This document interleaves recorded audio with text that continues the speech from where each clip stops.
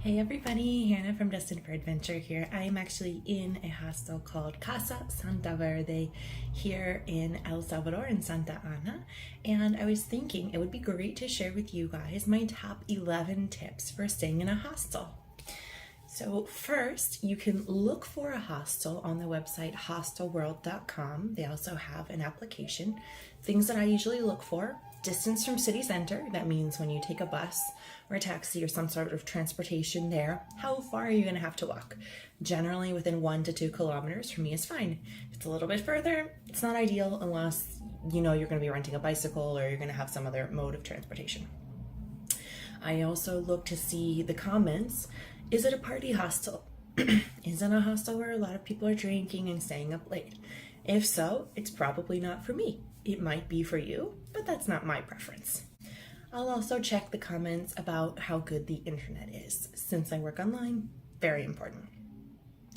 So we'll check reviews, we'll check location, whether it's a party hostel, and how good the internet is. From there, I'll look at the prices and I'll decide if I want to get a private room or if I want to stay in the dorms. So tip number 2 is, if you're new to hostels and you're starting to feel maybe a little uncomfortable or a little weirded out about sharing a room with total strangers, I get it. I've been there. A good way to ease into hostels, and this is what I did, is by starting in a private room. You'll have the space all to yourself, but you'll still have the common areas to socialize. You'll still have that social aspect if you're feeling up for it. Also a great option for introverts or people like myself who are working online and might need a little bit of time, quiet, to be working on their own. I also suggest that you bring a Sharpie. Why, you might ask? Because hostels usually have shared refrigerators, and you want to make sure that somebody doesn't accidentally eat your food. So if you bring a Sharpie, you can write your name on it and your room number or bunk number or whatever to make sure it doesn't get thrown away, it doesn't get eaten. I also recommend you bring Ziploc bags. Now this is a great tip no matter where you go in the world, because they're handy for things like if you're going to an adventure near water, you can put your phone and valuables in them. If you're going on a hike and it suddenly starts raining, you can put your phone and valuables in them. They're also great for that shared refrigerator situation in the hostel. So again, you bought some food, you didn't finish using all of it, probably don't have Tupperware because you're not at home. You put it in the Ziploc bag, good to go. You'd be surprised how much simple things like that can really change your experience. Make sure you also bring a lock. So I'm currently in a private room, so I don't have to deal with lockers. But when you stay in the dorms in almost any hostel, almost anywhere around the world, they typically have lockers. But those lockers don't come with a lock. So you can put your valuables in there. You probably can't put all your stuff in there depending how much you brought, but you need to have a lock. If you don't, you might have to rent one from the hostel. You might have to go out and try to find one. So just bring one. It'll make your life that much easier.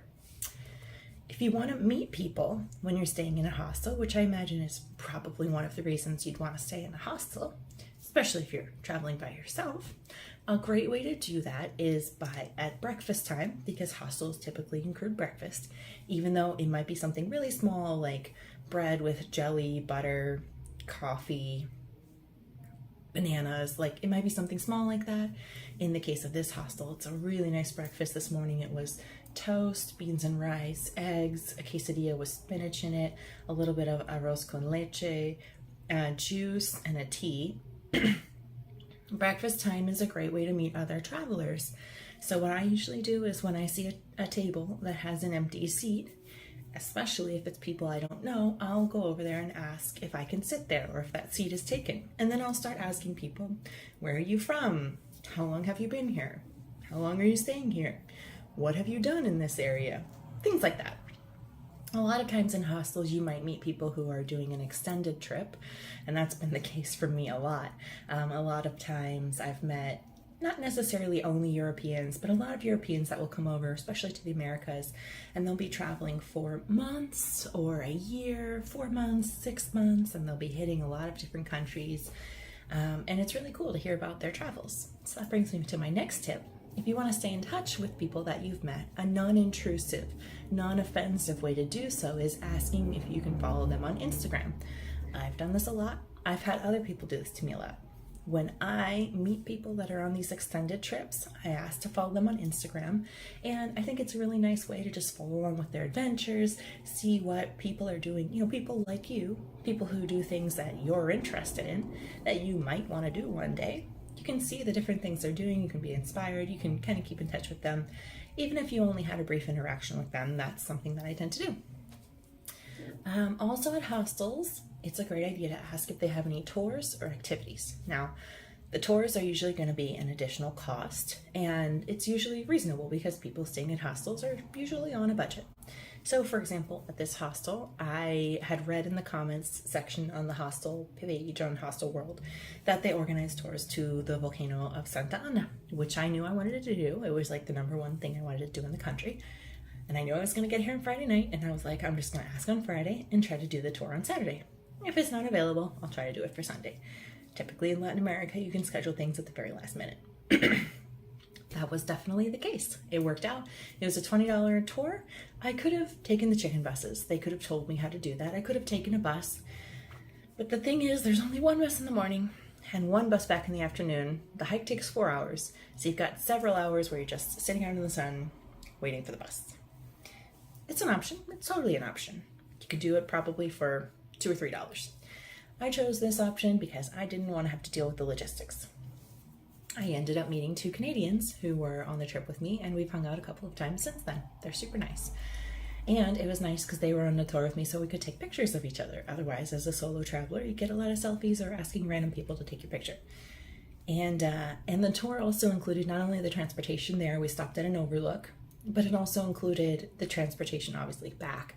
But we stopped at the lake that's called Coatepec, which is nearby. And if you were to take the bus, you wouldn't have that option.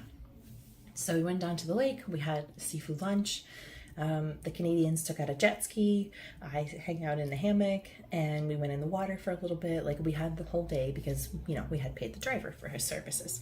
So that was really nice. It was a full day. I was tired when I got back, but it was a really good use of the day. It was really nice to have that option. What I mean by activities, sometimes hostels will have bar crawls. They might have themed nights like game night or karaoke night, things like that, which can be a lot of fun. And also they can make suggestions for other local activities. So if there's an attraction nearby, they can tell you how to take the local transportation there, or where to catch the bus, how much it costs, what time it runs, get you in touch with a local taxi driver, or have somebody, just give you the logistics of how to do the things that you want to do. As I mentioned, you can stay in a private room if it's your first time, or if you're like me and you want to work online and you just want some quiet space, it's a good option. Now, if you're staying in the dorms, I imagine you're going to be moving out one morning before checkout. Be considerate of your neighbors. Just always be considerate of your neighbors. And one thing that I would suggest is, if you're going to be moving out in the morning, that you pack your bags the night before, because you don't want to be that person that's rustling around with their flashlight on in their phone when everyone else is asleep, digging all your stuff, clanging the locker. You don't want to be that person. So just be respectful. That also goes for, usually hostels will have a certain quiet time. Respect that. Respect your neighbor's space and things, like, just be respectful. A lot of times in hostels, speaking of checking out, you can actually stay past the checkout time, just not in your room.